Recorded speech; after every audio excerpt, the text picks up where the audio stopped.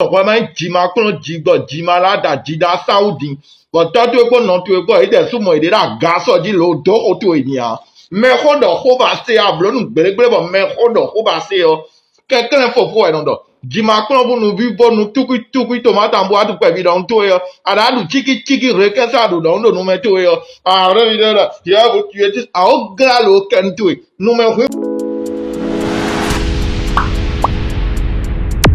Gbero kuzoado ne pipo yo posi home. Mina mi retraite bo. Ela zo wa we retraite wo. Mina mi retraite. Aziza ka gbero mi kuna na mi retraite o. Fiwe ne dimbo Aziza dormi do kaka no diona do mendele kunko nyo ne kwin gbigbon o. Alors que ne kyo we no gbigbon bo suno do awe me lo itun aso. Ni kyo we no gbigbon. Bon, sous les notés, mais le cerveau, mais non, yes, fait-il là, et tout, et récupérer mieux. Mais parce que nous, sous les noms, tout le monde, yé, nous, fait-il là, ouli, mieux, d'endio, yo, nous, elle, dit, ah, dingman, ne, qui ont bigbon, ouais. Manier de bigbon, ne, qui ont beau, yo, l'ossion, c'est que, sous les dit, non, jamais, mais de ces bigbon, ne, qui ont mis bon, agbassia, pour que, il t'est fini, bo, yo, l'ossion, que, cabotion, wa, bo, ebe, tchaho, bo, be, alors, ta, le zandi. Nena jeto ko mwana do ko twe dagbe agbo Aziza do ke ka dion ke vitie de le lo fi be kun ko yo ne kwin gbigbon o ne mi mana yo ne kwin gbigbon agbon ne kwin no zero nume si ne kwin nume no zero ma no zero a on dimene nume des fois no zero to be mo no ze dauna le su pere est-ce que mi tu no ze ne kwin to be mo dauna de amlo de gato blanc bo amlo apaton we na didi kaka wado anandidi kaka wa koligosi niveau bonaze tatuelo asajini bona daunga mina hodo me toujours mina hodo bona honda hane kaka no esinye pon anze nte bona to me kruna e mate bio to me ganya c'est que anze bon to na le anze to bona e bero trin c'est que sono no vivisi bref Aziza do que me le lo fi beaucoup yo ne kwin gbon mele we mi bio inbox ma ko mi de no gbon ne kwin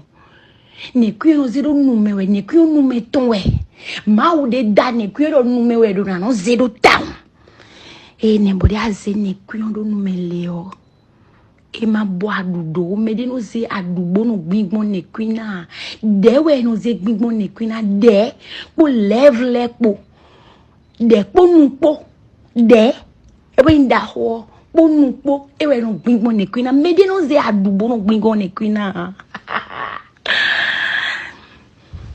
de aze ne kwina no nume o anabo de o c'est que ana wolo de o ana brodile di me jaze de ze ya ga amro de to ele suna wolo do we bana tene kwina de ji buna no yi fe gome ye buna no wa buna no yi Bona no c'est que alo ta oze da una be dead ni mai presse we po me de no zene ku no me po no presse bo ele e no zene ku ze da una ne ku ndi e po no ze da una aze gato ya la suto esi ne ku ze la un dana we je na i préféré ton parce que sono les soci dio et soci do me lo po bref donc di atene neo atero de odio a on ze da una on bouger ta poko po dede bokana mlande o bonne ku ni lo tenti menunde o ba on bouger ta bo vego bo dede amoro ne ku ro ye bo wiwa we ne alu ye bo wiwa ne bo de ablo mo bo amoro ke suno adona te alo egbejo mi ron tundo nous sommes le vivisi we dona zero lo tanu mi jan nous sommes bas si je en tout le vivio hu gane nous anota e pip ayi yon nous anota e pip nous gato e ala sutu e be ma zero lo tabon si se a e lo viviti se we a we su gbeto a ota e ne kwi pip tinu ne kwi ane sunu balo ne kwi ton gbe mo lo pip ta e ni we o be lo vivisi we e no zero lo tanu we me yon nous na si se jan vivio hu gane nous sommes timano blo mon ya bo weje no gbigbo ne kwin alo ne kwin gbigbo we ya ton de aze ne kwin lo de oji bulu ta hun we de bo ta iro ye bo wa we amono ina rentanu e suno do rentanu e vivio hugan fini amono vivio hugan yo fini we no le bo marquer de temps fini we na waze lève tu we le nous le Bona wa bodo ne kuyon sinta. Bona no blo gidi ton dilo. Ne fili a wede. C'est que en yolo si on dit ouais. Est-ce que me comprend le ma il opo? Ne kuyon no zero deta ouais. Deta. Bono wolo de yeah. Bona no wa anzeta, bona no yibona no wa na dede. Dede. Ya mon blo mon de viseji. E de viseji yo filo pode no tunde we no henta no me. So na henta no jan, e na blo jan deta sin so ba. Ma jodo gbede o. Fidi adona vo market ton de we no. Ana wa draw di lo bona azi left to we le bona reneta ona. Bona no aspirer un bon état pour lèvre nous to we le bona. C'est que un bon état oh. Et na yolo si on tient ouais.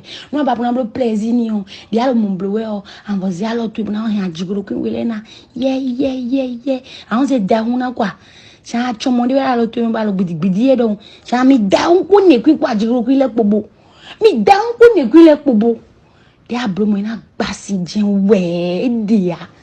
Moi non bleu mo nu gato ya la su tu be ma no gbasi an donc ouais ko ne ku ne gbingbon we ane. E so. Alors, mais a caleto d'ako blacata oui. A caleto bourré. A caleto mémé. A caleto yonu cordon, a caleto yonu tono. A caleto blibli. Que ce soit pour rire, apprendre ou simplement passer du temps à regarder des contenus amusants, il y en a pour tous les goûts sur cette chaîne. J'espère que cette vidéo vous a plu et qu'elle vous a permis de découvrir de nouveaux contenus divertissants. Merci d'avoir regardé et à bientôt.